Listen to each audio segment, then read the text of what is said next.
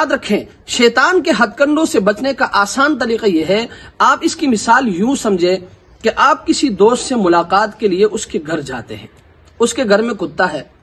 اور وہ کتا بھونک کر آپ کو کاٹنے کے لیے آتا ہے نا، تو آپ کے پاس 3 راستے ہیں۔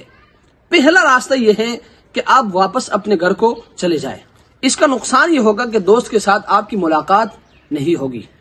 اور دوسرا راستہ یہ ہے کہ آپ اس کتے کے ساتھ لڑنا شروع کریں، جھگڑنا شروع کریں، اس میں بھی آپ کا نقصان ہے۔ اور تیسرا طریقہ یہ ہے، تیسرا راستہ یہ ہے کہ آپ اس کے مالک کو پکاریں، آپ اس کو آواز دیں، اس کا مالک آئے گا، اس کو روکے گا تو یہ آرام سے چلا جائے گا اور ایک کونے میں جا کر بیٹھ جائے گا۔ بعینہ ہی اسی طرح شیطان کی مثال اس کتے کی ہے۔ تو جب بھی یہ شیطان آپ پر وار کرے نا، آپ کو کاٹنا شروع کرے، نہ آپ نے اس سے پیچھے بھاگنا ہے اور نہ آپ نے اس سے لڑنا اور جھگڑنا ہے، بلکہ آپ نے بھی اس کے مالک کو پکارنا ہے، آپ نے اللہ کو پکارنا ہے، آپ نے اللہ سے مانگنا ہے کہ یا اللہ اس شیطان مردود کے شرور سے ہماری حفاظت فرما، تو اللہ تبارک و تعالی اس کے شرور سے آپ کی حفاظت فرمائیں گے اور آپ شیطان کے شر سے بچ جائیں گے۔ اور